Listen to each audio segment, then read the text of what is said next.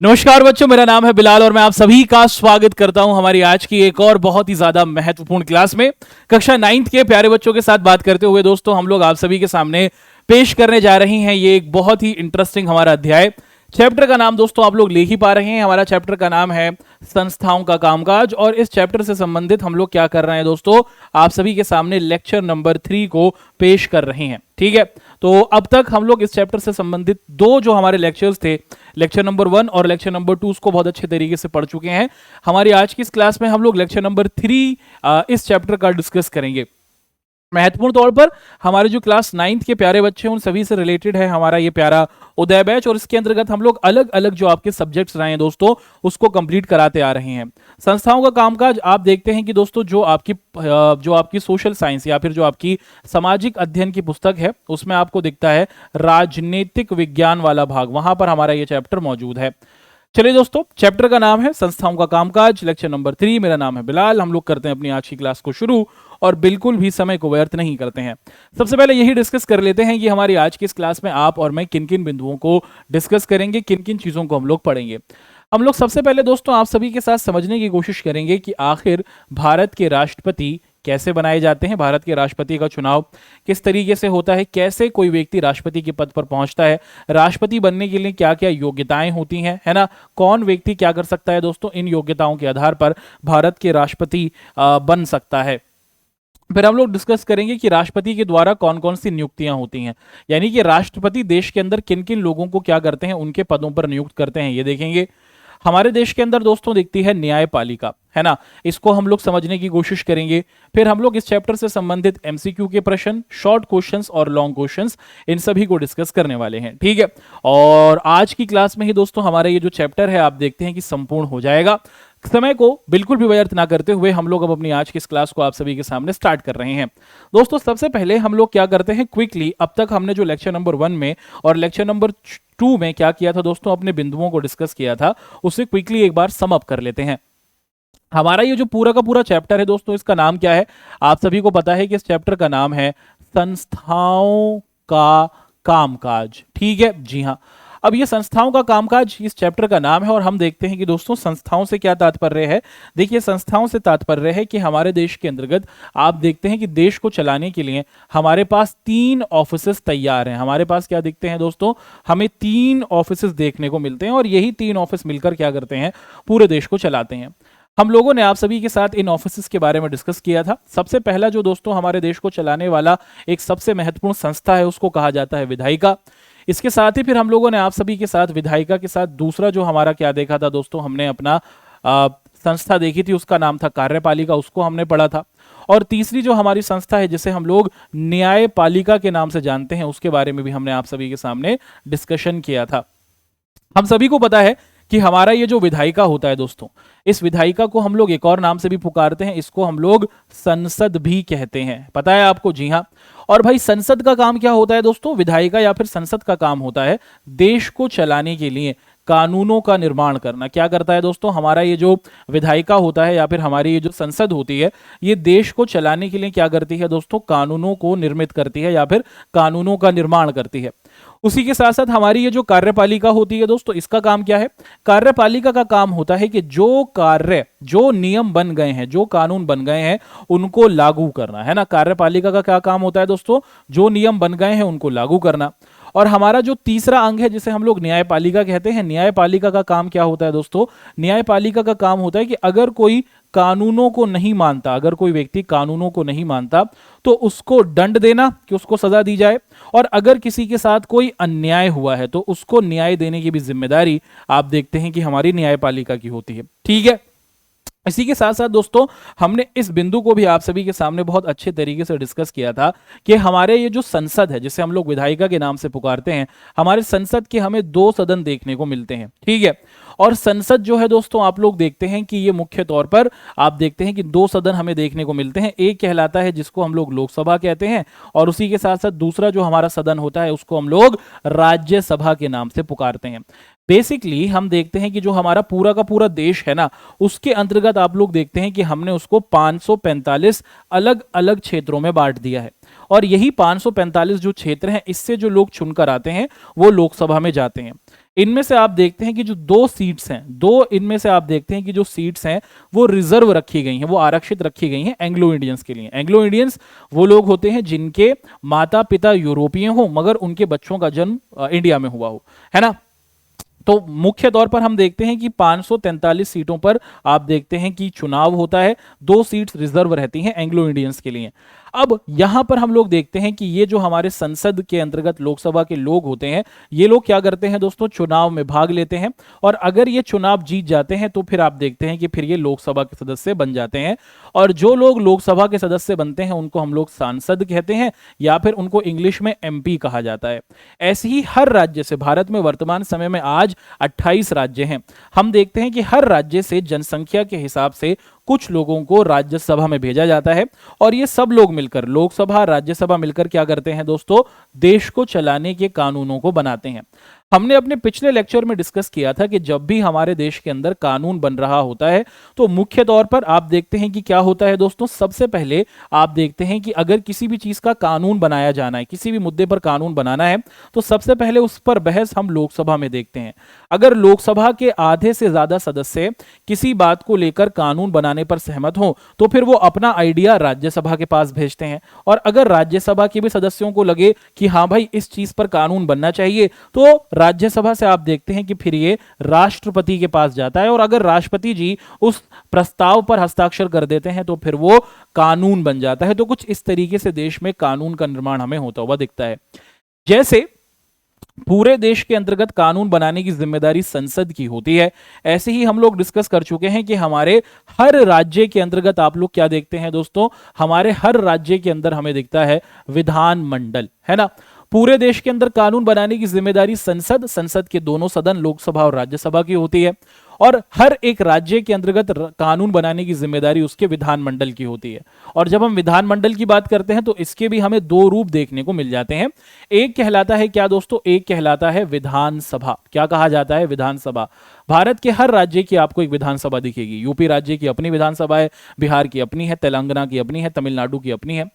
और इसी के साथ साथ हम देखते हैं कि हमें कुछ राज्यों में दिखती है दोस्तों विधान परिषद। क्या दिखती है, विधान परिषद। ये विधान परिषद क्या है दोस्तों, आप देखते हैं कि जिस तरीके से राज्यसभा संसद के लिए काम करती है ना, कुछ उसी तरह राज्यों में विधान परिषद भी कार्य करती है। विधानसभा और हमारा ये जो विधान परिषद है, ये दोनों मिलकर क्या करते हैं दोस्तों, भारत में आप देखते हैं कि हमारे राज्यों से संबंधित जो कानून होते हैं उसको निर्मित करते हैं। भारत में मात्र 5 राज्यों में ही विधान परिषद है क्योंकि इन राज्यों की जनसंख्या ज्यादा है, जैसे यूपी हुआ, बिहार हुआ, ठीक है। तो ये आपने देखा था कि दोस्तों हमने अपने पिछले चैप्टर में इन सभी बिंदुओं को डिस्कस किया था। हम लोग मुख्य तौर पर विधायिका के बारे में डिस्कस कर चुके थे, फिर हमने आप सभी के साथ कार्यपालिका के बारे में डिस्कशन किया था। और कार्यपालिका क्या है दोस्तों, आप सभी को पता है कि कार्यपालिका से तात्पर्य है कि वो लोग जो कानून बना दिया गया है ना उसको लागू करते हैं। और मुख्य तौर पर आप देखते हैं कि जितने भी हमारे सरकारी अधिकारी होते हैं वो सभी लोग आपको क्या देखते हैं दोस्तों, इसी कार्यपालिका के अंतर्गत आते हुए दिखते हैं, है ना। तो ये जो सरकारी अधिकारी होते हैं जिनको हम लोग आईएएस अधिकारी कहते हैं, आईपीएस अधिकारी कहते हैं, ये यूपीएससी का एग्जाम पास कर कर अपनी पोस्ट पर आते हैं और ये क्या करते हैं, जो कानून बना दिया गया है हमारे नेता लोगों के द्वारा, संसद के द्वारा, उसको लागू करते हैं, ठीक।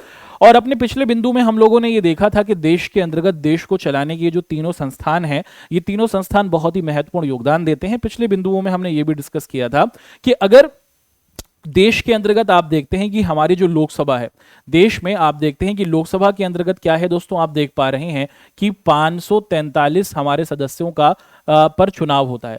अगर कोई अकेला राजनीतिक दल क्या कर लेता है दोस्तों, 272 साथी उनके जीत जाते हैं, है ना। अगर देश में चुनाव हो रहा है, लोकसभा के चुनाव हैं, अलग अलग राजनीतिक दल खड़े हुए हैं, अगर कोई अकेला राजनीतिक दल उनके 272 साथी जीत जाते हैं तो वो देश के अंदर क्या करते हैं दोस्तों, वो देश के अंदर अपनी सरकार बनाते हैं और उसी को हम लोग क्या कहते हैं दोस्तों, उसी को हम लोग गवर्नमेंट बनाना कहते हैं।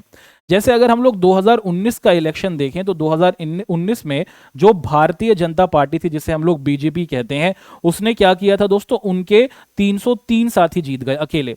और कानून ये कहता है कि अगर 272 साथी किसी के जीत जाएं तो वो देश के अंदर क्या करते हैं दोस्तों, बहुमत प्राप्त कर चुके हैं। फिर देश के जो राष्ट्रपति होते हैं वो जिसके पास सबसे ज्यादा, जिस पार्टी के साथी जीते होते हैं, उनके लोगों से कहते हैं कि आओ देश में सरकार को बनाओ।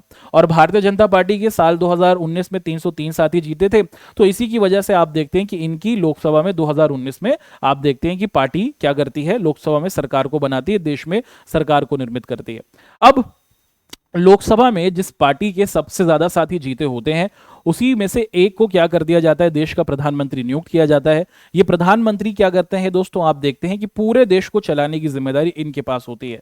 जैसे आपके घर में घर को सही से संभालने की जिम्मेदारी पिताजी की होती है या फिर कहीं कहीं पर माताजी की होती है, ऐसे ही आप देखते हैं कि देश को आगे बढ़ाने की जिम्मेदारी हम प्रधानमंत्री के कंधों पर डालते हुए देखते हैं। अब प्रधानमंत्री अकेले तो पूरे देश को नहीं चला सकते, तो प्रधानमंत्री अपनी एक टीम बनाते हैं जिसे हम लोग मंत्री परिषद कहते हैं, और ये अलग अलग डिपार्टमेंट्स को देखते हैं। जैसे देश में शिक्षा के लिए शिक्षा मंत्री होंगे, देश की सुरक्षा के लिए हम देखते हैं कि हमारे रक्षा मंत्री होंगे, देश में साइंस से संबंधित बातों पर डिस्कशन करने के लिए विज्ञान मंत्री होंगे, है ना। तो आप देखते हैं कि हमारी ये मंत्री परिषद होती है और ये मंत्री परिषद और प्रधानमंत्री मिलकर देश को आगे बढ़ाते हैं। ये हमने पिछले बिंदुओं में आप सभी के साथ डिस्कस किया था। मुख्य तौर पर लेक्चर नंबर 1 का और लेक्चर नंबर 2 का जो निचोड़ रहा है दोस्तों, उसको हमने आप सभी के सामने आपके सामने यहां पर प्रस्तुत कर दिया है। बढ़ते हैं आगे दोस्तों, यहां से हम लोग क्या करते हैं, आप सभी के साथ अब डिस्कशन करना शुरू कर देते हैं कि भारत के अंतर्गत जो हमारे राष्ट्रपति होते हैं उनका चुनाव किस तरीके से होता है, उसके बारे में यहां पर पूछा जा रहा है। तो यहां पर अगर आप लोग देखें दोस्तों, ये तो भारत के भूतपूर्व राष्ट्रपति हैं रामनाथ कोविंद जी। आपको जल्दी से कमेंट करके बताना होगा कि साल 2023 में, वर्तमान समय में, आज के समय में हमारे कौन से राष्ट्रपति हमें देखने को मिलते हैं। ठीक है, एक महिला राष्ट्रपति है ना, उनका नाम आपको जल्दी से कमेंट करके बताना है। ठीक दोस्तों, अगर हम लोग देखते हैं कि जो हमारे भारत के राष्ट्र अध्यक्ष होते हैं, है ना, ध्यान से सुनिएगा, भारत के जब भी हम लोग राष्ट्रपति की बात करते हैं तो इसके अंतर्गत हम लोग देखते हैं कि भारत का राष्ट्र अध्यक्ष भारत के राष्ट्रपति होते हैं। यानी कि जब भी हम लोग देखते हैं कि देश का प्रथम नागरिक, है ना, कि जब भी ये गिना जाएगा कि हमारे देश का सबसे बड़ा नागरिक कौन है, सबसे पहला नागरिक कौन है, तो वो देश के राष्ट्रपति आते हैं। तो देश का राष्ट्रपति देश का पहला नागरिक होता है और वो पूरे देश का आप देखते हैं कि अध्यक्ष माने जाते हैं, है ना। और देश के अंतर्गत जो हमारी देश की सरकार होती है वो जो भी ऑर्डर देती है ना दोस्तों, वो राष्ट्रपति के नाम से ही ऑर्डर दिए जाते हैं। तो देश में जब भी कोई नियम और कानून बन रहा होता है उसमें राष्ट्रपति की सिग्नेचर के बाद ही आप देखते हैं कि वो मुख्य तौर पर आप देखते हैं कि कानून बनता है। संसद में आप देखते हैं कि कोई भी बिल अगर पास हो जाता है संसद में, यानी कि लोकसभा और राज्यसभा के नेता लोगों को लगे कि भाई हमें देश में कानून बनाना है, वो तब तक कानून नहीं बनता जब तक राष्ट्रपति जी उस पर क्या नहीं कर देते, दस्तखत नहीं कर देते। तो अगर लोकसभा और राज्यसभा के नेता लोगों को लगे कि हमें किसी मुद्दे पर देश में कानून बनाना है और वो वहां से प्रस्ताव अपने राष्ट्रपति को भेजें, और अगर राष्ट्रपति जी उस पर हस्ताक्षर नहीं करें तो वो कानून बनेगा ही नहीं। आप देखते हैं कि ये राष्ट्रपति की शक्ति होती है। ठीक, इसी के साथ हम देखते हैं कि दोस्तों हमारे देश के अंतर्गत जो हमारे राष्ट्रपति होते हैं ना, वो सरकार के हर महत्वपूर्ण निर्णय को लागू करने से पहले राष्ट्रपति का हस्ताक्षर लेना जरूरी होता है। देश के अंतर्गत जो भी हमारी सरकार है, जब भी वो कोई क्या करती है दोस्तों, आप देखते हैं कि कोई नया निर्णय लेती है, कोई नया कानून बनाती है, तो उससे पहले राष्ट्रपति से आप देखते हैं कि उनसे हस्ताक्षर करा लेना बहुत ज्यादा जरूरी होता है। अब इसी के साथ साथ हम देखते हैं कि जब हमारा देश किसी दूसरे देश के साथ कोई संधि करता है, मान लीजिए कि भारत जापान के साथ, भारत रशिया के साथ, भारत अमेरिका के साथ कोई अग्रीमेंट कर रहा है, तो वो जो अग्रीमेंट होता है ना दोस्तों, उस पर भी आप देखते हैं कि वो भी राष्ट्रपति के नाम से ही किया जाता है कि भारत के राष्ट्रपति जापान के साथ ये अग्रीमेंट कर रहे हैं। समझ में आया? तो ये हमारे राष्ट्रपति आप देखते हैं कि ये इनकी शक्तियां होती हैं और कुछ इस तरीके से आप देखते हैं कि ये अपने क्रियान्वयन को करते हैं। उसी के साथ साथ हम देखते हैं कि भारत के जो हमारे राष्ट्रपति हैं दोस्तों, है ना, भारत के जो हमारे राष्ट्रपति हैं ये क्या करते हैं दोस्तों, बहुत से लोगों को चुनते हैं। आप देखते हैं कि भारत के राष्ट्रपति बहुत से लोगों को अपॉइंट करते हैं। अच्छा, एक सवाल आपके दिमाग में जरूर आ सकता है कि सर ये भारत के राष्ट्रपति का चुनाव किस तरीके से होता है, एक बार ये हमें बता दीजिए। एक बहुत ही अच्छा बिंदु हम इसको डिस्कस कर लेते हैं कि हमारे भारत के अंदर राष्ट्रपति का चुनाव किस तरीके से हमें होता हुआ दिखता है। हम यहां पर डिस्कशन कर रहे हैं किसके बारे में दोस्तों, हम लोग यहां पर डिस्कशन कर रहे हैं भारत के राष्ट्रपति के बारे में। और भारत के राष्ट्रपति आप देखते हैं कि क्या होता है दोस्तों, आप देखते हैं कि 5 साल के लिए चुने जाते हैं। लेकिन सर राष्ट्रपति को चुनता कौन है? हमने तो कभी नहीं सुना कि हमारे मम्मी पापा कह रहे हैं कि चलो राष्ट्रपति का चुनाव है, वोट देकर आते हैं। जी हां दोस्तों, आपने बिल्कुल सही कहा। भारत के अंदर जनता है ना, 18 साल से जो बड़े लोग होते हैं वो राष्ट्रपति को नहीं चुनते। जी हां, भारत के अंदर हम लोग नागरिक जो हैं वो राष्ट्रपति को नहीं चुनते हैं। तो सर चुनता कौन है ये बताइए, चलिए इसको डिस्कस करते हैं। हमारे देश में जो राष्ट्रपति होते हैं दोस्तों, आप देखते हैं कि उनको 5 साल के लिए चुना जाता है और आखिर आप देखते हैं कि इनका चुनाव किस तरीके से होता है उसको हम लोग समझते हैं। आप सभी को पता है कि हमारा संसद मौजूद है। जी हां, आप सभी को पता है कि हमारा संसद मौजूद है और हमारे संसद में दोस्तों आपको पता है कि 2 सदन है। जी हां, हमारे संसद में हमें 2 सदन देखने को मिलते हैं। एक दिखता है दोस्तों लोकसभा और दूसरा दिखता है दोस्तों कौन सा दोस्तों, दूसरा दिखता है हमें राज्यसभा। पता है आपको? जी हां, आप सभी बच्चे इसके बारे में जानते हैं। और हमारे लोकसभा में आप देखते हैं कि 545 सीट्स होती हैं, जिसमें से 2 एंग्लो इंडियंस के लिए रिजर्व होती हैं। राज्यसभा में हम देखते हैं कि दोस्तों हमारी 250 सीटें हमें देखने को मिलती हैं, यानी कि 250 सदस्य राज्यसभा के होते हैं और लोकसभा के अंदर आप देख रहे हैं कि इतने सदस्य हमें देखने को मिलते हैं। उसी के साथ साथ आप देखते हैं कि भारत के अंदर हमारे पास क्या दिखता है दोस्तों, हमारे पास दिखते हैं हमारे हर राज्य के अंदर अलग अलग विधानमंडल, है ना। विधानमंडल का मतलब क्या है कि हमारे हर राज्य के पास आप देखते हैं कि हमारी विधानसभा होती है और उसी के साथ साथ अधिकतर राज्यों में 5 राज्यों के अंतर्गत आप देख रहे हैं कि हमारे पास उनके पास क्या है दोस्तों, उनके पास विधान परिषद देखने को मिलती है। ठीक, अब देश के अंदर होता क्या है कि देश की जनता क्या करती है दोस्तों, अपने लोकसभा के सांसदों को चुनती है। हम लोग क्या करते हैं, हम लोग चुनाव के जरिए अपने सांसद या फिर एमपी को चुनते हैं। ठीक है, चुन लिया। या फिर आप देखते हैं कि और इसके बाद ये जो हमारे सांसद और एमपी होते हैं ये लोकसभा में चले जाते हैं, वहां पर जाकर कानून बनाते हैं। और फिर आप देखते हैं कि कुछ आप देखते हैं कि जो हमारे राज्य के जो होते हैं उन राज्यों से कुछ लोगों को क्या किया जाता है, राज्यसभा में भेजा जाता है। ठीक है, जी हाँ। इसी के साथ साथ आप देखते हैं कि हमारा हर राज्य जो है उस हर राज्य के अंदर आपको क्या दिखती है दोस्तों, विधानसभा देखने को मिलती है। जैसे यूपी राज्य की अपनी विधानसभा है, यूपी विधानसभा, बिहार की अपनी विधानसभा है, तेलंगाना की अपनी विधानसभा है। ठीक, तो जनता क्या करती है दोस्तों, राज्य के विकास के लिए विधानसभा के अंतर्गत आप लोग देखते हैं क्या करती है, एमएलए, जिन्हें हम लोग मेंबर ऑफ लेजिस्लेटिव असेंबली या फिर विधायक कहते हैं, उनको चुनते हैं। ठीक है, तो राज्य के विकास के लिए जनता विधायकों को चुनती है जो विधानसभा में बैठते हैं और ऐसे ही पूरे देश के विकास के लिए जनता क्या करती है, सांसदों को चुनती है जिन्हें एमपी कहा जाता है, जो लोकसभा में बैठते हैं और राज्यसभा के अंतर्गत भी आप देखते हैं कि इनको चुनकर भेजा जाता है। ठीक, अब होता क्या है कि जब देश में राष्ट्रपति का चुनाव हो रहा होता है तो देश की जनता सीधे ही क्या करती है दोस्तों, नहीं चुन सकती। देश की जो जनता है, आप और हम सीधे ही राष्ट्रपति का चुनाव नहीं कर सकते हैं। होता क्या है कि जनता ने अपने सांसदों को चुना होता है, जनता ने राज्यसभा में आप देखते हैं कि लोग भेजे होते हैं, राज्यसभा में सदस्य सांसद होते हैं, जो राज्यसभा के सदस्य होते हैं ना उनको भी सांसद कहा जाता है। ठीक, ऐसे ही हम देखते हैं कि राज्य के विकास के लिए हमारे जो एमएलए या फिर विधायक होते हैं या फिर विधान परिषद के जो हमारे सदस्य होते हैं, जनता अपने नेता लोगों को चुनती है और ये नेता लोग क्या करते हैं दोस्तों, ये नेता लोग वोटिंग करते हैं और नेता लोगों की ही वोटिंग से आप लोग देखते हैं कि क्या होता है दोस्तों, राष्ट्रपति जी चुने जाते हैं। हम लोगों ने नेता लोगों को चुना, यानी कि सांसदों को चुना, विधायकों को चुना, विधान परिषद के सदस्यों को आप देखते हैं कि चुना गया। अब ये जो चुने हुए नेता लोग होते हैं यही क्या करते हैं दोस्तों, राष्ट्रपति को चुनते हैं।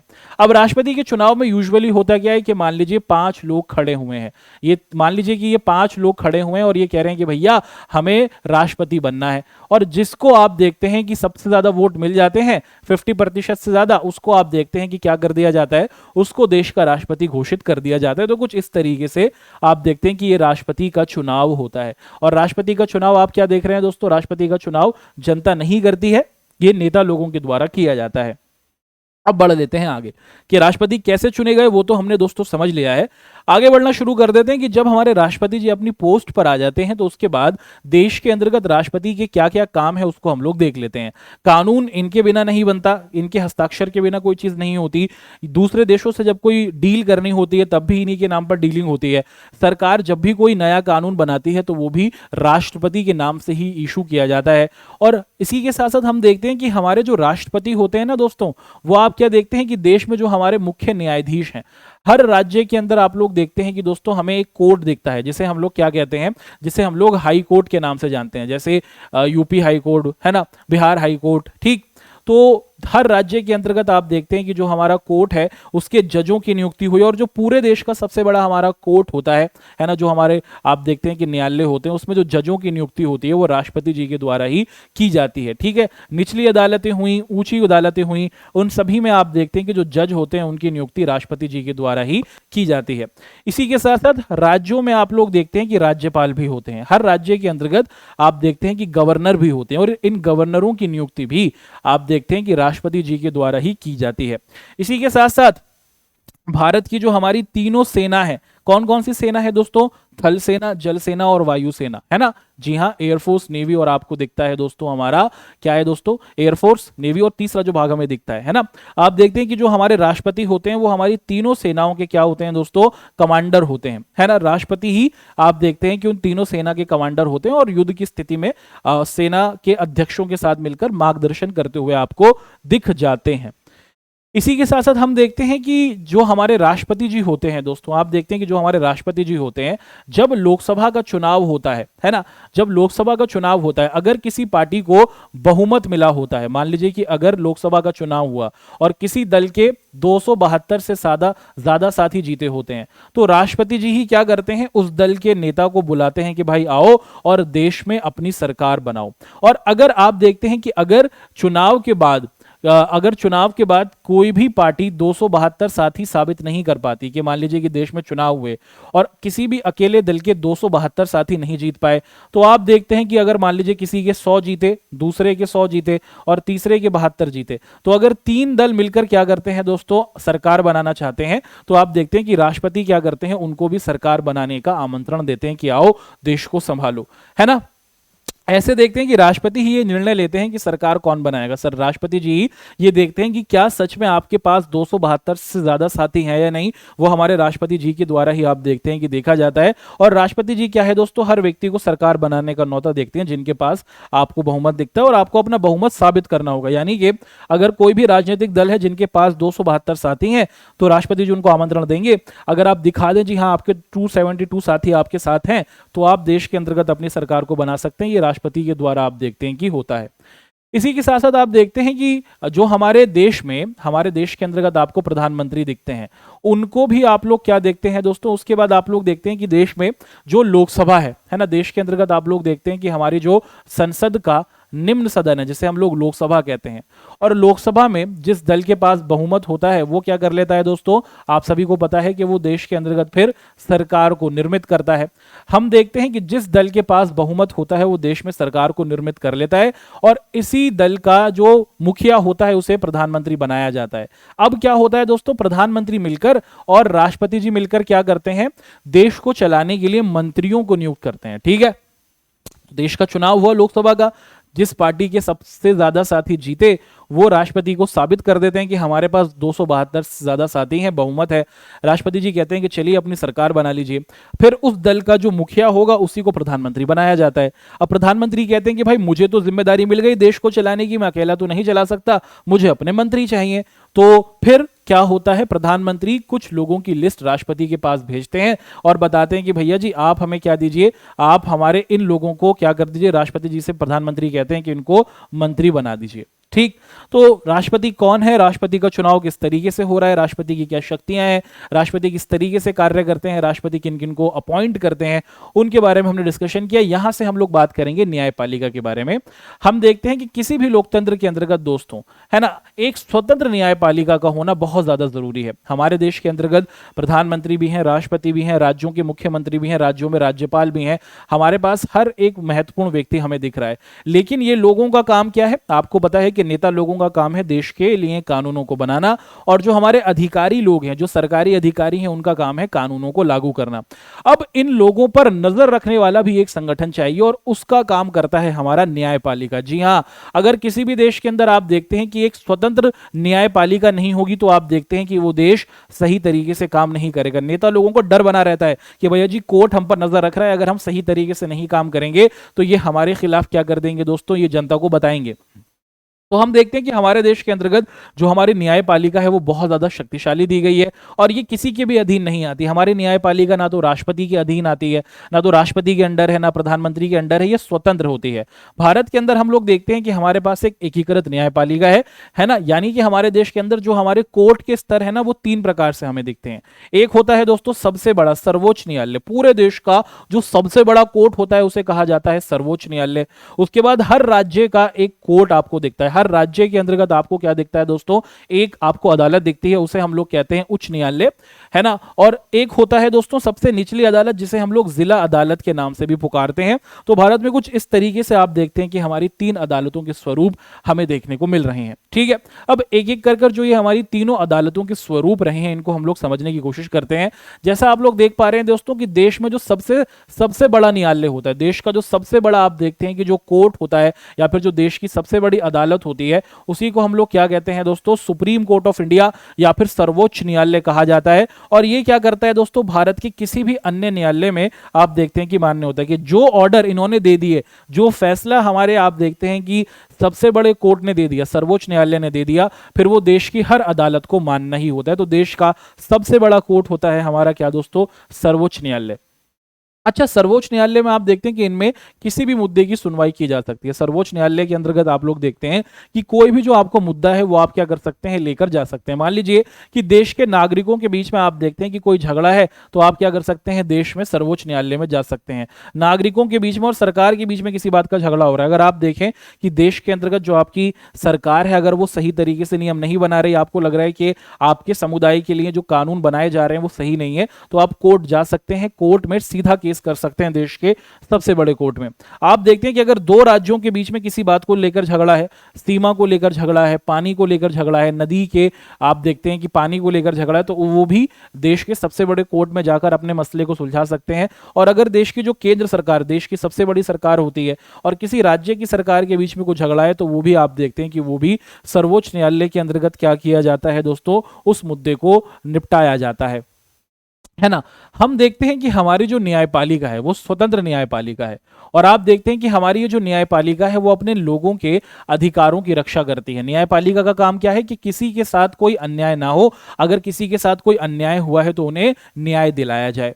अगर आप देखते हैं कि हमारे देश के अंदर जो हमारी केंद्र सरकार है जो पूरे देश को चलाने की जिम्मेदार रखती है और हमारी जो राज्य सरकारें हैं जो अपने अपने राज्यों को आगे बढ़ाने की काम करती हैं, आप देख पाते हैं कि दोस्तों अगर कोई ऐसा कानून बनाए देश के अंदर, आपकी केंद्र सरकार या फिर आप लोग देखते हैं कि देश के अंतर्गत जो हमारी राज्य सरकार है वो कुछ ऐसे नियम और कानून बनाए जो देश के मूलभूत अधिकार है। देखिए हमारे देश के अंतर्गत हर एक नागरिक को आप देखते हैं कि ये 6 मौलिक अधिकार दिए गए हैं, है ना। देश का संविधान हर एक नागरिक को ये 6 मौलिक अधिकार देता है।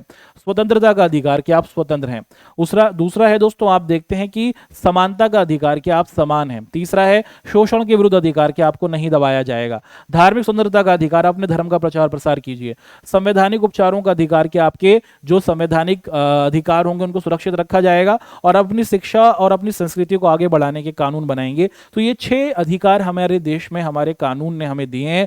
अगर हमारी सरकार कुछ ऐसा नियम बनाए, कुछ ऐसा कानून बनाए जिससे आपके ये अधिकार छिन सकते हैं, तो उस स्थिति में क्या है दोस्तों, आप देखते हैं कि आप सीधे ही पहुंच सकते हैं सुप्रीम कोर्ट के, भैया सुप्रीम कोर्ट हमारे ये जो मौलिक अधिकार है ना ये हमसे छीने जा रहे हैं, सरकार जो कानून बना रही है वो सही नहीं है। और उस समय आप देखते हैं कि सरकार क्या कर, जो हमारी सुप्रीम कोर्ट होगी, जो सरकार कानून बना रही है ना उसको खारिज करने की भी शक्ति रखती है।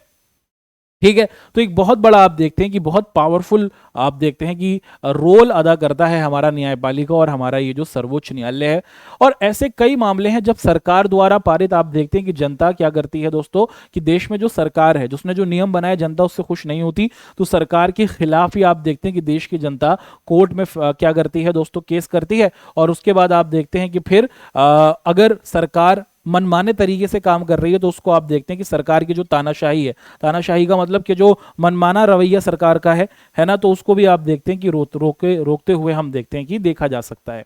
ठीक, तो ये कुछ इस तरीके से आप देखते हैं कि हमारे देश के अंतर्गत काम किया जाता है। अच्छा, एक महत्वपूर्ण बात है दोस्तों जो आप सभी को पता होनी चाहिए, वो क्या है उसको हम लोग यहाँ पर क्विकली क्या कर लेते हैं, समझने की कोशिश कर लेते हैं। कि मान लीजिए कि आपकी कोई समस्या है ना, आप देखते हैं कि आपकी कोई समस्या है। क्या समस्या है भैया जी? आपकी समस्या है कि आपके यहाँ पर आप देखते हैं कि जमीन को लेकर झगड़ा हो रहा है। ठीक है, आप दो भाई हैं, ठीक, आप दो भाई हैं, एक ये रहे और दूसरा ये रहा। ठीक है जी हाँ, एक का नाम क्या है दोस्तों? एक का नाम है सूरज और दूसरे का नाम क्या है दोस्तों? दूसरे का नाम है मोहन। ठीक, दो भाई हैं, सोहन और मोहन। अब इन दोनों भाइयों के बीच में जमीन को लेकर झगड़ा हो रहा है। सोहन कह रहा है कि मैं लूंगा पूरी जमीन, मोहन कह रहा है कि मैं लूंगा पूरी जमीन, और इसी बात को लेकर झगड़ा हो रहा है। अब ये दोनों क्या करते हैं दोस्तों? कोर्ट चले गए। देश में आप सभी को पता है कि हमारे 3 कोर्ट हमें देखने को मिलते हैं। देश का जो हमारा सबसे बड़ा कोर्ट है दोस्तों, उसको हम लोग कहते हैं सर्वोच्च न्यायालय, है ना। और उसी के साथ साथ आप देखते हैं कि हमारे हर राज्य से संबंधित आप लोग क्या देखते हैं, एक होता है हमारा उच्च न्यायालय, जिसे हम लोग हाई कोर्ट के नाम से जानते हैं अंग्रेजी में। और तीसरा होता है दोस्तों हमारा क्या दोस्तों? तीसरा होता है हमारी जिला अदालतें। अब मैं आपसे पूछ रहा हूं तो ध्यान से आपको क्या करना है, आंसर पेश करना है कि भैया जी दो लोग हैं, दो भाई हैं, सूरज और मोहन, इन दोनों के बीच में जमीन को लेकर झगड़ा हो रहा है। अब ये एक दूसरे पर केस करना चाहते हैं, तो ये कहां जाएंगे? क्या ये सीधा सर्वोच्च न्यायालय पहुंच जाएंगे, क्या ये सीधा उच्च न्यायालय पहुंचेंगे, या फिर ये जिला अदालत जाएंगे? ध्यान से सुनिएगा, अगर आपके मौलिक अधिकार छीने गए, एक नागरिक होने की वजह से अगर मेरे मौलिक अधिकार मुझसे छीन लिए गए हैं, है ना, उस स्थिति में आप देखते हैं कि आपकी आजादी किसी ने छीन ली, आपके साथ धर्म के नाम पर किसी ने भेदभाव किया, आपका शोषण हुआ, आपको धार्मिक स्वतंत्रता नहीं मिली, आपको संस्कृति, अपने धर्म की संस्कृति को आगे बढ़ाने का मौका नहीं मिला, इस स्थिति में आप देखते हैं तब तो सीधा ही क्या है दोस्तों, देश का कोई भी नागरिक क्या कर सकता है? सर्वोच्च न्यायालय जा सकता है। अगर आपके मौलिक अधिकारों से संबंधित कोई भी आपका शोषण हुआ है तो आप सीधे सर्वोच्च न्यायालय में केस करेंगे। अन्यथा आप देखते हैं कि देश में एक स्टेप फॉलो किया जाता है। सबसे पहले मान लीजिए कि जमीन संबंधी कोई बात है, तलाक संबंधी कोई बात है, तो आप क्या करेंगे? सबसे पहले जो देश की आप देखते हैं सबसे निचली अदालत है, आपके इलाके की जो जिला अदालत है, वहां पर आपको जाना होगा। और अगर आपने जो जिला अदालत ने फैसला दिया, अगर आप उस फैसले से खुश नहीं है तो फिर आप क्या करेंगे दोस्त? फिर आप लोग जाएंगे राज्य की, जिस स्टेट में आप रहते हैं उसके सबसे बड़े कोर्ट में। ठीक है, अब देश के अंतर्गत आप देखते हैं कि हर राज्य का आपको एक कोर्ट दिखता है, सबसे बड़ा कोर्ट जिसे हाई कोर्ट कहा जाता है। अब अगर आपका आप देखते हैं कि अगर आपके हाई कोर्ट ने फैसला दिया और आपको हाई कोर्ट का फैसला पसंद नहीं आया, तो आप लोग क्या कर सकते हैं? तो आप दूसरे इससे भी ऊपर जो कोर्ट है वहां पर जा सकते हैं, जो देश का सबसे बड़ा कोर्ट कहलाता है। तो इन दोनों भाइयों ने जमीन को लेकर झगड़ा था, फैसला आया, मोहन ने कहा कि भाई मुझे पसंद नहीं है, मैं तो ऊपर केस करूंगा, तो मोहन चला गया उच्च न्यायालय में। और फिर दोबारा से आप देखते हैं कि उच्च न्यायालय में जो फैसला आया उससे आप देखते हैं कि सूरज पसंद नहीं था, सूरज ने कहा कि मुझे पसंद नहीं है ये वाला फैसला। अब ये क्या करता है? ये कोर्ट को लेकर चले गए, कहां पर? ये अपने केस को लेकर चले गए, जमीन के केस को लेकर सर्वोच्च न्यायालय में। अब सर्वोच्च न्यायालय जो फैसला दे देगा ना दोस्तों, आप देखते हैं कि उसको दोनों ही पार्टी को मानना पड़ेगा, और अब आप इसको लेकर कहीं और उसमें नहीं जा सकते, किसी और ऊपर कोर्ट तो कोई है नहीं, वो फिर आखिरी फैसला माना जाता है। तो देश में कुछ इस तरीके से आप देखते हैं कि हमारे न्यायालय कार्य करते हैं। ठीक, बढ़ते हैं आगे दोस्तों, आगे की कहानी को और अच्छे तरीके से डिस्कस कर लेते हैं। इस चैप्टर से संबंधित कुछ हमारे महत्वपूर्ण प्रश्न हैं, उनको एक एक कर हम लोग समझना शुरू करते हैं। सबसे पहला है कि अगर आपको भारत का राष्ट्रपति चुना जाए तो आप निम्नलिखित में से कौन सा फैसला खुद कर सकते हैं, है ना। तो बहुत अच्छा सवाल है भैया। हम देखते हैं कि अगर आपको भारत का राष्ट्रपति बना दिया जाए तो अपनी पसंद के व्यक्ति को प्रधानमंत्री चुन सकते हैं? नहीं, उसी को बनाया जाएगा जिसके पास बहुमत होगा। लोकसभा में बहुमत वाले प्रधानमंत्री को उसके पद से हटा सकते हैं? नहीं, राष्ट्रपति जी ऐसा बिल्कुल भी नहीं कर सकते। दोनों सदनों द्वारा प्रधानमंत्री क्या कर सकते हैं? विधेयक पर पुनर्विचार कर सकते हैं। जी हाँ, आप सभी को पता है कि संसद के जो दोनों सदन होते हैं, जैसे आप सभी को पता है कि जो लोकसभा है और उसी के साथ साथ आप देखते हैं कि जो संसद का दूसरा सदन है राज्यसभा है, अगर लोकसभा और राज्यसभा से कोई प्रस्ताव आया है कानून बनने के लिए राष्ट्रपति के पास, और राष्ट्रपति जी ने उसको पढ़ा, राष्ट्रपति जी को लगा कि भाई इसमें ना कुछ मसला है, इसको दोबारा से बेहतर किया जाए, तो राष्ट्रपति क्या करेंगे दोस्तों? आपको दिखता है कि लोकसभा और राज्यसभा के पास वापस भेज देंगे कि इसको दोबारा से समझो और इसको एक नए तरीके से प्रस्तुत करो, है ना। तो आप देखते हैं कि दोनों सदनों द्वारा जो कोई भी आप देखते हैं कि बिल लाया जाता है उस पर पुनर्विचार करने की शक्ति राष्ट्रपति के पास आप देखते हैं कि होती है। अगला सवाल है कि निम्नलिखित में से राजनीतिक कार्यपालिका का हिस्सा क्या होता है? दोस्तों, राजनीतिक कार्यपालिका का मतलब क्या होता है? राजनीतिक कार्यपालिका का मतलब होता है कि हमारे मंत्री परिषद, है ना, यानी कि जो आपको दिखता है कि जो चुनकर आते हैं जनता के द्वारा, मगर ये कानूनों को लागू करने की भी जिम्मेदारी रखते हैं। जितने भी हमारे मंत्री लोग होते हैं वो सभी राजनीतिक कार्यपालिका के भाग माने जाते हैं, है ना। जिलाधीश या फिर जो जिले का आप देखते हैं कि अध्यक्ष होगा, है ना। जैसे हम लोग आईएएस अधिकारी कहते हैं, वो तो एग्जाम पास कर कर आते हैं। ऐसे ही आप देखते हैं कि जो गृह मंत्रालय की सेक्रेटरी होते हैं वो भी एग्जाम पास कर कर आते हैं। पुलिस कमिश्नर जो होते हैं वो भी एग्जाम पास कर कर आते हैं। आपको दिखता है जो गृह मंत्री होते हैं ये जनता के द्वारा चुने हुए नेता होते हैं, और होम मिनिस्टर जिन्हें कहा जाता है, और ये हमारे राजनीतिक कार्यपालिका के अंतर्गत आते हैं। ठीक। अगला सवाल है कि न्यायपालिका के बारे में निम्नलिखित में से कौन सा बयान गलत दिया गया है, ये आपको बताना है। अगर हम लोग न्यायपालिका के बारे में देखते हैं दोस्तों, यहां पर एक बयान गलत दिया गया है कि संसद के द्वारा जितना भी कानून देश में पारित होगा ना, उसको सबसे पहले क्या करना पड़ता है, उसको सर्वोच्च न्यायालय से मंजूरी लेनी पड़ती है। नहीं, देश में ऐसे कोई भी बात नहीं है। अगर देश के अंतर्गत कोई भी कानून बन रहा है, लोकसभा राज्यसभा उन कानूनों को बना रही है, तो उस कानून को बनाने से पहले सर्वोच्च न्यायालय से कोई भी मंजूरी नहीं ली जाती है। आप देखते हैं कि ये गलत इंफॉर्मेशन है, गलत बयान है। अगला सवाल है कि निम्नलिखित राजनीतिक संस्थाओं में से कौन सी संस्था देश के मौजूदा कानूनों में संशोधन करती है। देश के अंतर्गत जो वर्तमान में कानून है, उन कानूनों में जो संशोधन या फिर बदलाव है वो कौन करेगा। आप सभी को पता है कि उसको करता है हमारे देश का संसद, या फिर जिसे हम लोग पार्लियामेंट कहते हैं, है ना। संसद का फोटो आपके सामने रखा गया है।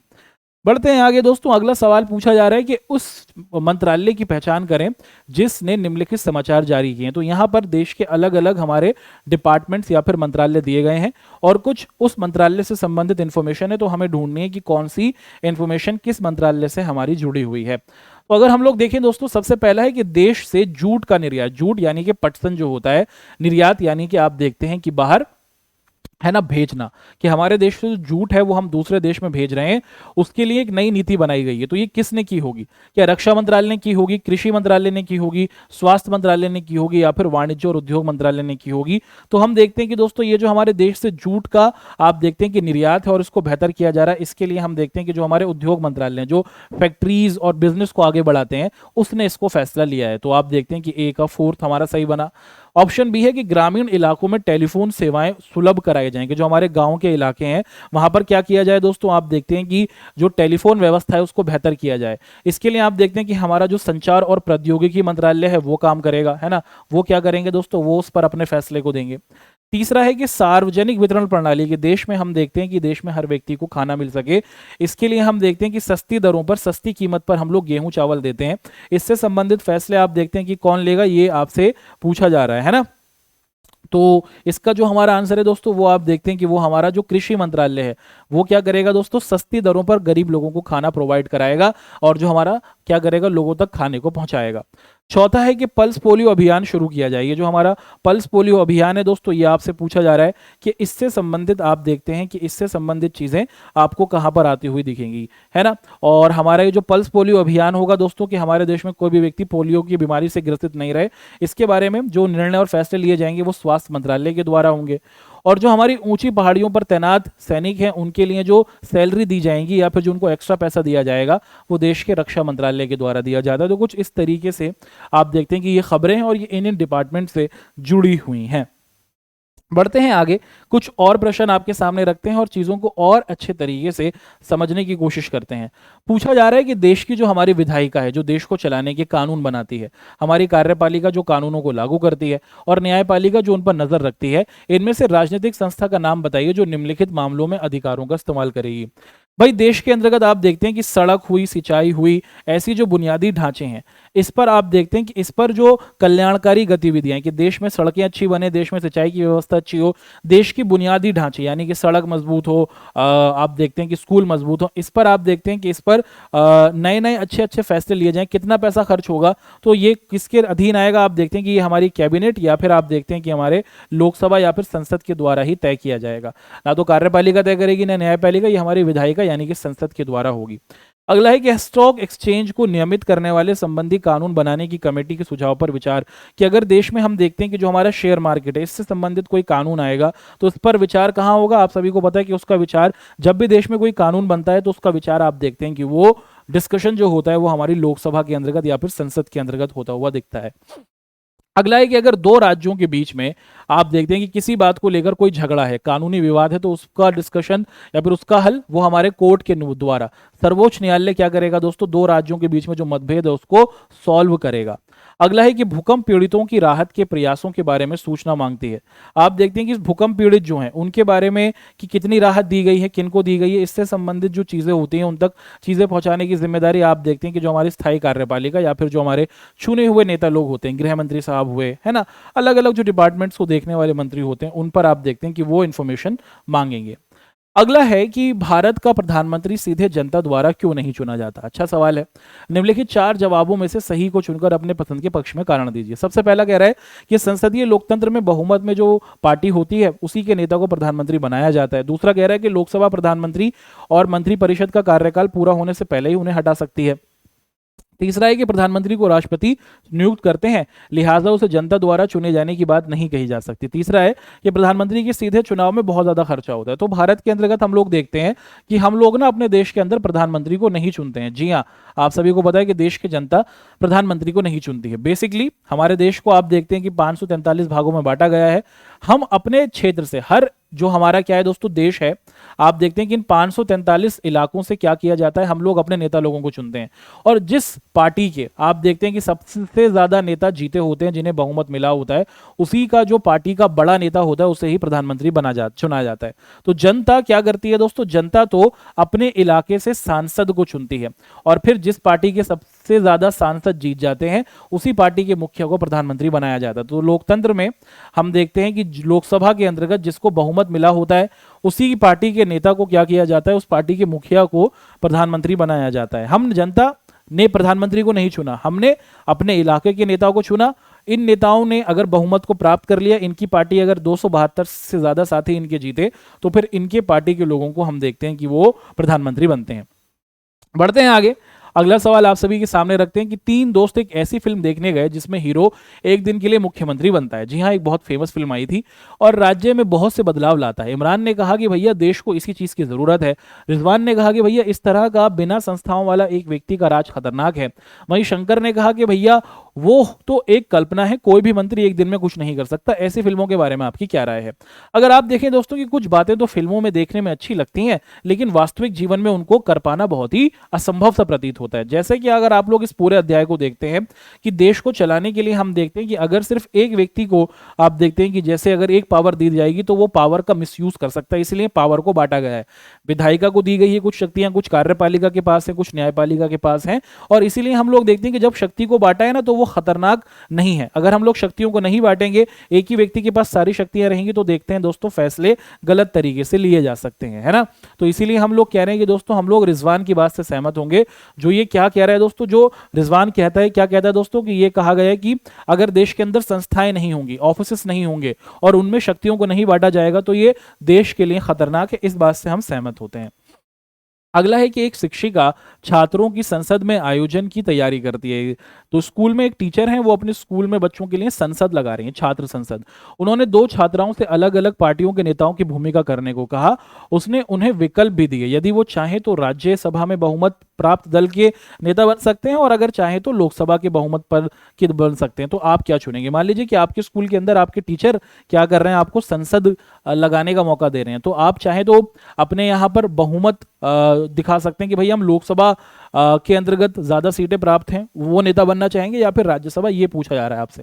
देखिए, अगर आपको मौका मिले तो आप क्या है दोस्तों, लोकसभा के बहुमत वाली पार्टी को ही चुनेंगे, क्योंकि आप सभी को पता है कि इनके पास ज्यादा शक्तियां हैं। जिस पार्टी के ज्यादा साथी आपको देखते हैं कि लोकसभा में आते हैं बहुमत प्राप्त कर कर, उनके पास आप देखते हैं कि ज्यादा पावर या फिर ज्यादा शक्तियां रहती हैं, क्योंकि लोकसभा के पास आप देखते हैं कि देश के अंतर्गत जो पैसे संबंधी बिल होते हैं वो लोकसभा में ही आते हैं। लोकसभा ज्यादा पावरफुल है, और जो लोकसभा ने अगर कोई कानून भेजा है राज्यसभा के पास कि इसको बनाना है, तो राज्यसभा को 14 दिनों के अंदर अंदर उसका जवाब देना होता है ना। और वो सिर्फ क्या है दोस्तों, आप लोग देखते हैं कि अगर उस कानून को बनाने से पहले लोकसभा ने, आप देखते हैं कि लोकसभा है और लोकसभा ने कहा कि भैया हमें ना किसी मुद्दे पर कानून बनाना है, और उन्होंने अपना जो प्रस्ताव था वो क्या किया दोस्तों, आप देखते हैं कि राज्यसभा के पास भेजा। अब राज्यसभा के लोग क्या करते हैं दोस्तों, इनको 14 दिनों के अंदर अंदर जवाब देना ही होगा, और अगर 14 दिनों के अंदर जवाब नहीं देंगे तो आप देखते हैं कि फिर माना जाता है कि वो कानून बन जाएगा, फिर वो राष्ट्रपति के पास भेजा जाता है। तो अगर 14 दिनों के अंदर इन्होंने जवाब भेजा, अगर ये चाहते हैं कि कोई बदलाव हो और अगर ये कुछ सुझाव देते हैं, तो ये लोकसभा के ऊपर है, लोकसभा के नेताओं पर है कि वो सुझाव को माने या नहीं माने, ये इनके ऊपर है। क्योंकि लोकसभा आपको दिखता है कि थोड़े ज्यादा शक्तिशाली हमें दिखती है, इसीलिए अगर आपको मौका मिले तो आप लोकसभा के सदस्य बनने की कोशिश करें। अगला है कि आरक्षण पर आदेश का उदाहरण देकर 3 विद्यार्थियों की न्यायपालिका की भूमिका पर हम देखते हैं कि टिप्पणी की गई है। और इस पर हम लोग क्या कर रहे हैं दोस्तों, डिस्कशन कर रहे हैं कि आरक्षण है ना, यहां पर हमें देखने को मिलता है कि 3 विद्यार्थियों की न्यायपालिका की भूमिका पर अलग अलग प्रतिक्रिया दी गई है। इनमें से कौन सी प्रतिक्रिया न्यायपालिका की भूमिका को सही से समझाती है, ये हमें बताना है। हम देखते हैं कि श्रीनिवास का ये तर्क है कि क्योंकि सर्वोच्च न्यायालय सरकार के साथ सहमति हो सकती है, लिहाजा वो स्वतंत्र नहीं है। दूसरा है अजय्या कहना है कि देश का जो न्यायपालिका है वो स्वतंत्र है क्योंकि वो सरकार के आदेश के खिलाफ फैसला सुना सकती है। सर्वोच्च न्यायालय ने सरकार को उसमें संशोधन का निर्देश दिया है। एक विजया गर्गर बच्चा है, वो कहता है कि न्यायपालिका ने ना तो वो स्वतंत्र है और ना ही वो किसी के अनुसार चलती है, बल्कि वो तो विरोधी समूहों के साथ चलती है। और आप इनमें से किसकी राय पर सहमत होंगे? देखिए, देश में आप देखते हैं कि आरक्षण पर लेकर कोई कानून बन रहा है, इसमें 3 लोगों की अलग अलग राय है। एक व्यक्ति कह रहा है कि देश के अंदर जो हमारी कोर्ट है ना, वो तो देश की सरकार के साथ दोस्ती करके चलती है और दोनों साथ चलते हैं और देश को लूटते हैं। दूसरा कह रहा है कि भाई ये दोनों साथ ही नहीं चलते हैं, ये तो देश विरोधी काम करते हैं। तीसरा क्या कह रहा है दोस्तों? तीसरा ये कह रहा है कि हमें तो इससे कोई मतलब ही नहीं है। तो यहां पर आपके हिसाब से क्या है? अब देखिए, यहां पर अगर हम लोग देखें, जो अजय गर्गर व्यक्ति है, इसने ये बिल्कुल सही बात की है कि जो देश की न्यायपालिका है ये पूरे तौर पर स्वतंत्र है। अगर देश में सरकार है और अगर देश की सरकार देश के संविधान के अनुरूप कोई कानून नहीं बनाएगी, तो क्या हमारे जो हमारे न्यायालय है, सर्वोच्च कोर्ट है हमारा, क्या वो चुप रहेगा? नहीं। आपको बताया कि जो हमारा सर्वोच्च न्यायालय है, अगर देश में कोई ऐसा कानून बनाया जा रहा है जो देश के संविधान के खिलाफ है, तो वो पूरे तौर पर क्या करता है दोस्तों? उसमें दखल अंदाजी करता है और उनके खिलाफ फैसले सुना सकता है हमारे देश के सर्वोच्च न्यायालय, और उस कानून को बनने से रोक भी सकता है। तो ये जो अजय ने कहा है दोस्तों, ये बिल्कुल सही कथन हमें दिखता है। अब यहां से हम लोग आपके कुछ जो क्वेश्चन हैं उनको एक एक करके डिस्कस करेंगे। सबसे पहला सवाल है कि सर्वोच्च न्यायालय के मुख्य न्यायाधीश की नियुक्ति कौन करता है? एक अच्छा सवाल है कि हमारे देश के अंदर जो हमारा सर्वोच्च न्यायालय है, इसके न्यायाधीश की नियुक्ति किसके द्वारा की जाती है? देश के राष्ट्रपति जी क्या करते हैं दोस्तों? उनकी नियुक्ति करते हैं। अगला सवाल है कि भारतीय सेना का मुख्य कमांडर कौन होता है? भारत की जो तीनों सेनाएं, थल, जल और वायु, इसके जो कमांडर होते हैं वो होते हैं दोस्तों देश के राष्ट्रपति। अगला सवाल है, पूछा जा रहा है कि राज्यों के राज्यपाल की नियुक्ति कौन करता है? हमारे हर राज्य के अंदर आपको एक राज्यपाल दिखते हैं जिनको गवर्नर कहा जाता है। इन गवर्नर साहब की नियुक्ति या फिर इनको अपॉइंट कौन करता है दोस्तों? इनको अपॉइंट किया जाता है देश के राष्ट्रपति के द्वारा। अगला है कि न्यायपालिका के बारे में निम्नलिखित में से कौन सा कथन गलत है? यह आपको बताना है कि संसद द्वारा पारित हर कानून को सर्वोच्च न्यायालय की मंजूरी लेनी पड़ती है। ऑप्शन ए ही गलत है कि जब भी संसद में कोई कानून बनेगा तो उससे पहले सर्वोच्च न्यायालय से मंजूरी लेनी पड़ेगी। नहीं, ऐसा नहीं होता। लोकसभा, राज्यसभा, राष्ट्रपति अपने हिसाब से कोई भी कानून बना सकते हैं। अगर वो संविधान के हिसाब से है तो सर्वोच्च न्यायालय से कोई मंजूरी की आवश्यकता नहीं पड़ती है। अगला है कि कौन सी संस्था नागरिक और सरकारों के झगड़े का निपटारा करेगी? मान लीजिए कि देश के जो नागरिक हैं और जो देश की सरकार है, इन दोनों के बीच में किसी बात को लेकर कोई झगड़ा हो रहा है, तो इसका निपटारा कौन करेगा? सर्वोच्च न्यायालय, उच्च न्यायालय, सर्वोच्च न्यायालय और उच्च न्यायालय, या फिर इनमें से कोई नहीं? इसका हल करता है दोस्तों देश का सबसे बड़ा कोर्ट, जिसे हम लोग कहते हैं सर्वोच्च न्यायालय, है ना। सुप्रीम कोर्ट ऑफ इंडिया भी कहा जाता है जिसे। हमारे देश में आप देखते हैं कि हमारे मौलिक अधिकार हैं, हर व्यक्ति की 6 मौलिक अधिकार हैं। अगर आपके इन मौलिक अधिकारों को आपसे छीन लिया गया तो इनका रक्षक कौन है? अगर आपसे आपके मौलिक अधिकारों को किसी ने छीना है तो आप देश के भारतीय न्यायपालिका, हमारा सुप्रीम कोर्ट है, वहां जाएंगे, अपनी समस्या बताएंगे और फिर वो आपके रक्षक के तौर पर आपके लिए कार्य करेगा। अगला है कि भारत की न्यायपालिका किस किस से मिलकर बनी है? भारत की न्यायपालिका इन तीनों से मिलकर बनी है। देखिए, हर जिले की एक कोर्ट है, हर राज्य का सबसे बड़ा कोर्ट है जिसे उच्च न्यायालय कहा, और पूरे देश का जो सबसे बड़ा कोर्ट है उसे सर्वोच्च न्यायालय कहा। तो इन तीनों से मिलकर ही भारतीय न्यायालय व्यवस्था बनी हुई है। अगला है कि राष्ट्रपति पद के उम्मीदवार के लिए कितनी न्यूनतम आयु होनी चाहिए? अगर आप लोग राष्ट्रपति के उम्मीदवार बनना चाहते हैं तो कितनी आयु आपकी होनी चाहिए? आप कम से कम 35 साल के तो होने चाहिए। 35 साल या फिर 35 साल से बड़ा व्यक्ति राष्ट्रपति के चुनाव के लिए क्या कर सकता है दोस्तों? खड़ा हो सकता है। अगला है कि सरकारी नौकरियों में सामाजिक और शैक्षिक आरक्षण की दृष्टि से हमारे देश के अंदर आप देखते हैं कि आरक्षण दिया गया है। भारत के अंतर्गत हम लोग देखते हैं कि अधिकतर जो लोग हैं वो देश में विकास की धारा में बहुत आगे बढ़ गए हैं। बाकी लोग, आपको दिखता है दोस्तों, जो बाकी लोग हैं वो विकास की धारा में बहुत पीछे रह गए हैं। तो जो लोग पीछे रह गए हैं उनको साथ लाने के लिए आप देखते हैं कि उनको आरक्षण या फिर रिजर्वेशन दिया गया है, और ये रिजर्वेशन कॉलेज में एडमिशन के टाइम पर, है ना, दिया जाता है। शैक्षिक संस्थान में तो कितना फीसद है ये आपसे पूछा जा रहा है, इसका आंसर आपको कमेंट करके बताना है। ठीक। अगला सवाल है कि राष्ट्रपति से संबंधित निम्नलिखित कथनों पर विचार कीजिए और बताइए कि इनमें से कौन सा कथन आपको असत्य दिखता है। कि भारत का राष्ट्रपति संसद का अभिन्न अंग होता है। दूसरा, कि राष्ट्रपति का लोकसभा और राज्यसभा दोनों सदनों में से किसी भी एक सदन का सदस्य होना अनिवार्य है, और यदि ऐसा नहीं हो तो नियुक्ति के 6 महीने के अंदर ही उसे सदन का सदस्य बनना होता है। तो ये 4 ऑप्शन, 2 ऑप्शन दिए गए। इसमें से हम देखते हैं कि जो ऑप्शन 1 है ना दोस्तों, वो सही है कि भारत का राष्ट्रपति संसद का अभिन्न अंग होता है। जी हाँ, देश के अंदर कोई भी कानून तब तक नहीं बनता जब तक हम देखते हैं कि जब भी हम लोग संसद की बात करते हैं तो संसद 3 चीजों से मिलकर बनी है। एक है हमारी लोकसभा, है ना, कि जब भी हम लोग अपनी संसद की बात करते हैं तो हमारी संसद 3 चीजों से मिलकर बनी हुई है। एक कहलाती है हमारी लोकसभा, दूसरी कहलाती है दोस्तों क्या हमारी, दूसरी कहलाती है हमारी राज्यसभा, और तीसरी क्या कहलाती है दोस्तों, तीसरी कहलाते हैं हमारे राष्ट्रपति। और ये तीनों मिलकर ही देश को चलाने के कानूनों को बनाते हैं, है ना। अगर राष्ट्रपति है दोस्तों, उसका लोकसभा राज्यसभा का सदस्य होना बिल्कुल भी अनिवार्य नहीं होता है। तो आप देखते हैं कि केवल ऑप्शन ए जो है दोस्तों वो सही है, और स्टेटमेंट नंबर जो गलत स्टेटमेंट थी वो हमें ढूंढनी, जो असत्य बात है। तो केवल ऑप्शन नंबर 2 आप देखते हैं कि ये हमारा असत्य कथन बन रहा है। और यहाँ पर दोस्तों हमने क्या किया, अपनी आज की क्लास के जो हमारे सभी क्वेश्चंस रहे थे उनको एक एक कर डिस्कस किया। उम्मीद है कि आपका ये जो संस्थाओं का कामकाज लेक्चर नंबर 3 था, ये बहुत अच्छे तरीके से आपको समझ में आया होगा और बहुत सरलतम तरीके से हमने हर एक चैप्टर को समझ लिया है।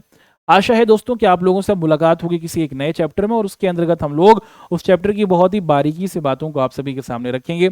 आप सभी लोग अपना ध्यान रखें, जरूर कमेंट करके बताएं कि आप लोगों को हमारी क्लास कैसे लगी। आप लोगों से मुलाकात करेंगे अपनी नेक्स्ट क्लास में। आपका हमारे साथ जुड़ने के लिए बहुत बहुत शुक्रिया।